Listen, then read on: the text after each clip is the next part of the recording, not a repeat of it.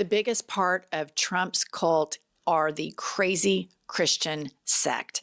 And we need to do a little check-in with the MAGA crazy Christians. Let's listen to Charlie Kirk on angels breeding with humans. So I got one more kind of wonky theological question that I think the audience will appreciate. In I think it's Genesis 3 or 4. I think it is 3. Correct me if I'm wrong, but the scriptures say the angels came down and actually bred with mankind. Am I wrong in that reading? And do you touch on the Nephilim in your book? And what are we to make of this? This is crazy. This is batshit, but Charlie Kirk has tens of millions of followers. You might remember he was one of the first guests on Governor Gavin Newsom's podcast.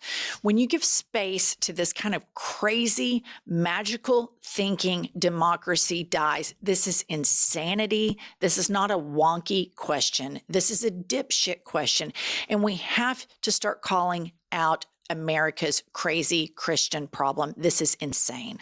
Well, the cognitive dissonance that it takes to be a fundamentalist evangelical Christian is exactly the kind of cognitive dissonance it takes to be a Trump supporter. You cannot believe in facts. You cannot value science and expertise. You have to go straight magical thinking to make it work. Okay. And then next up, we have a MAGA pastor. And this was a video that he put out before Trump's cave on the tariffs. Listen to this. Tariffs, they are not just policy. They are prophecy.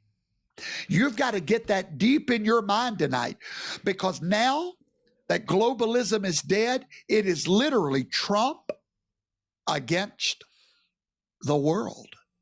He has turned the world upside down, and now the nations are clamoring. Everything is unbalanced. And I know mainstream media thinks that's bad, but they couldn't be further from the truth. This is the bold judgment. So he's saying that these tariffs are prophecy. I mean, this is just, and here's the thing. We have a lot of international viewers.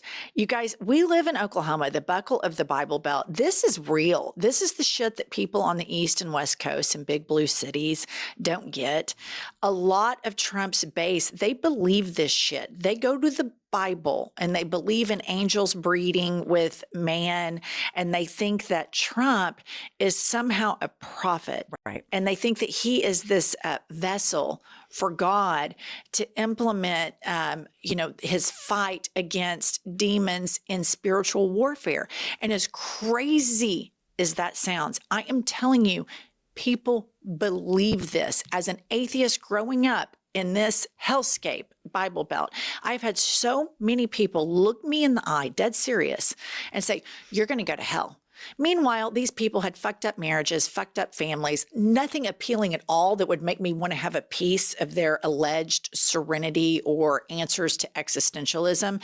But this magical thinking is at the epicenter of Trumpism, and it has got to be addressed, because what they're trying to do is put this type of thinking into public schools. They're trying to fund it, because this is not critical thinking. This is crazy Christian thinking. Well, that's why they need it in schools. That's why they want to take history out of history books, because they want to be able to completely control the population with all this horse shit. And this guy, I don't care what Trump did, he would say it was prophecy. He doesn't care about facts or expertise. He is straight up propaganda. All right. Next up, we have MAGA Christians as though they are in a relay race with Trump, and he hands the baton. We have to dehumanize immigrants, because that is a problem that MAGA Christians have. Jesus would have been with the immigrants and helped the poor and helped the sick. And this is antithetical to the MAGA message. So here we have William Wolf. He is a Christian nationalist, and here's what he has to say about mass deportations and the dehumanizations of immigrants. White House Faith Office, I think Christians want to see mass deportations. You'll see a lot of sort of evangelical organizations attacking Trump's immigration policies and priorities. They're astroturf, they're left-leaning, they're using evangelical in a way that is not really historically accurate. But I'm telling you, I think Southern Baptists and Christians want to see this happen. And so the work of CBL is giving me the opportunity to do things like that. And that makes much more of a difference, I hope, in the long long run than even a picture with the president. And that's the point. The point is we want to dehumanize. We want to make sure that any message from the faith that is about helping people that need help is completely squashed. And I just want to point out, he mentioned the Southern Baptists, the hellfire and damnation people. They have a huge fucking problem with molesting little kids. And so the fact that these institutions are allowed to breathe and further indoctrinate people into this hate that causes generational racism.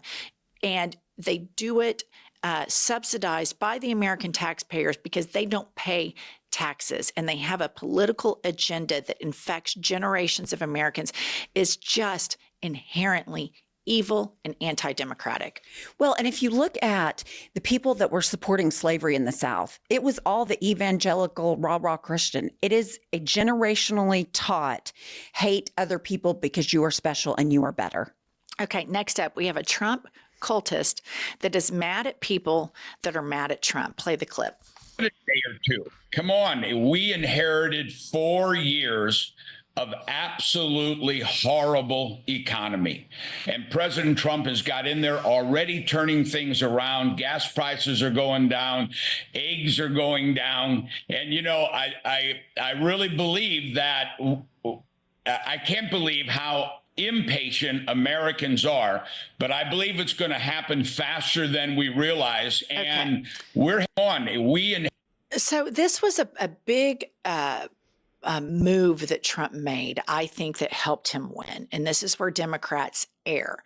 The entire time Biden was in office, Biden was fixing things. He was passing bipartisan legislation. He was the author of the best COVID comeback economy, the envy of the world, but he never took victory tours. And so in the silence of those victory tours, the narrative was able to arise via Trump and these crazy Christians and Fox propaganda network that somehow Biden was not running a good economy. And he was old, visibly old. There's no question. But he was all there. But Trump was able to narrate and define the narratives that somehow this Biden economy was terrible. And so here you have this pastor who's just picking up that baton and saying, we just came out of the worst economy ever. Meanwhile, at the time that he aired this was before Trump's blink on the tariffs and the institution of the 90-day pause, this guy is saying, be patient. We just had a terrible economy. So this is gaslighting to a audience that their default setting is not to critically think. Their default setting is that they're religious, and they have been indoctrinated and told whenever they have a critical thought, God can hear you, God knows what you're saying, that's blasphemy, and that's a sin.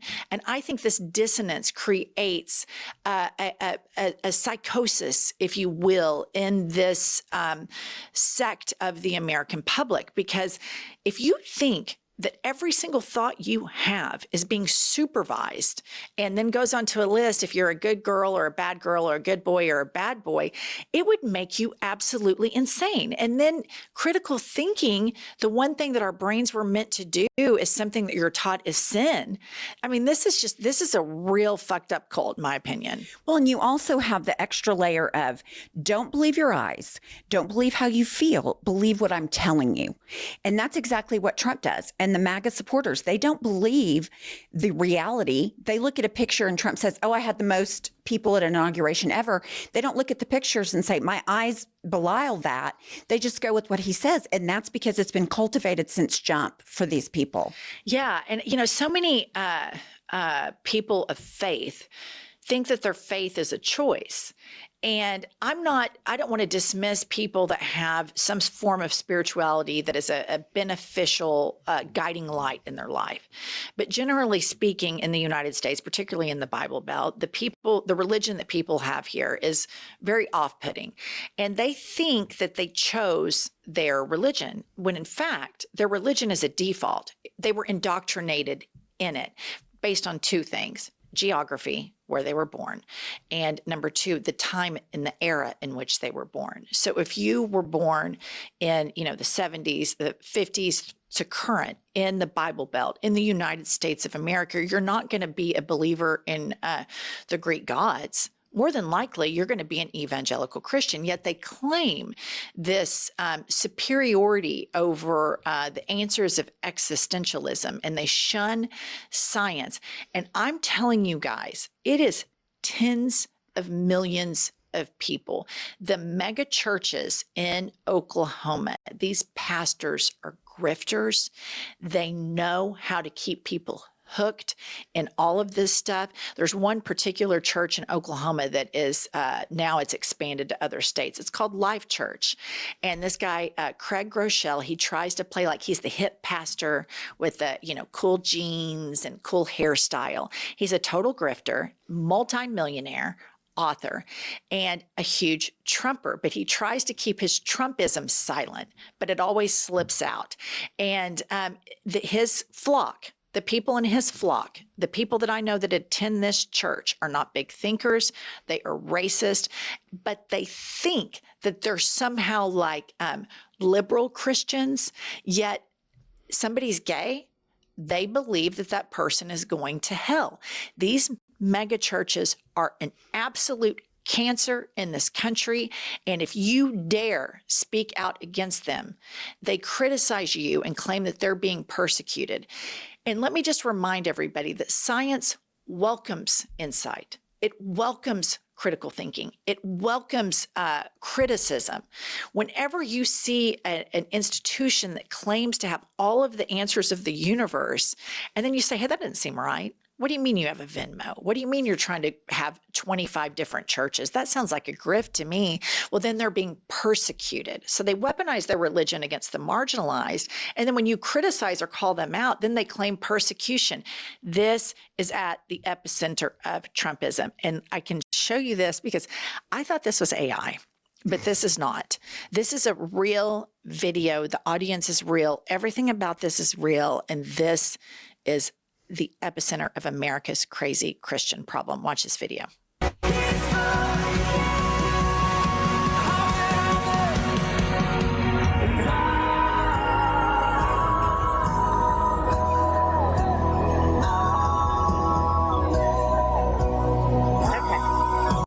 So what this is, for those of you that are listening, not watching, is it is a woman in a ball gown, black tie, and she's at some big mega church, wretched. I'm sure the architecture is terrible, but that's neither here nor there.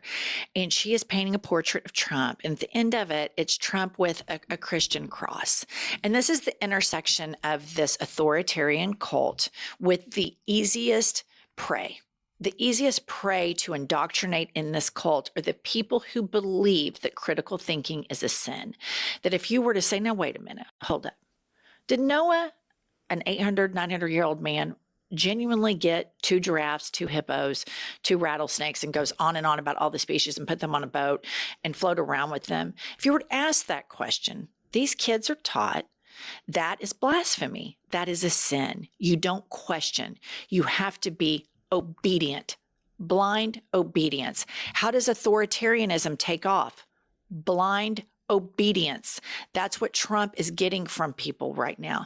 This is the connection, and this crazy Christian problem in America has to be addressed, and politicians are too scared to address it because they're afraid that moderate Christians will not like them or think that they're somehow persecuting people in their faith. And that's why I think this is a very important time for non-believers and for people that are not biblical literalists to all stand up for marginalized people and for democracy, because this shit is fucking batshit crazy. And these people are in charge of us right now. Right. And these are the same people that are rah-rah the Bible, that when that bishop on the inauguration breakfast told Trump about feeding the poor, helping the sick, all of those things, they were rabidly critical of her and how she was so wrong because they worship capitalism first and foremost. And just like you said, obedience is key. Yep. Blind obedience is key in evangelical Christianity and cult-like Christianity, which is what we have in Oklahoma, which is what Life Church and other mega churches around here are, and grifters, total for-profit institutions. And they need blind obedience to keep the grift going. Authoritarians need blind obedience so that their authoritarian regimes can take off. These two things are inherently connected, and I'm hoping that some politicians can openly start talking about this crazy Christian problem, because that's what it is. All right, we're on our way to 1 million. We'll see you all later.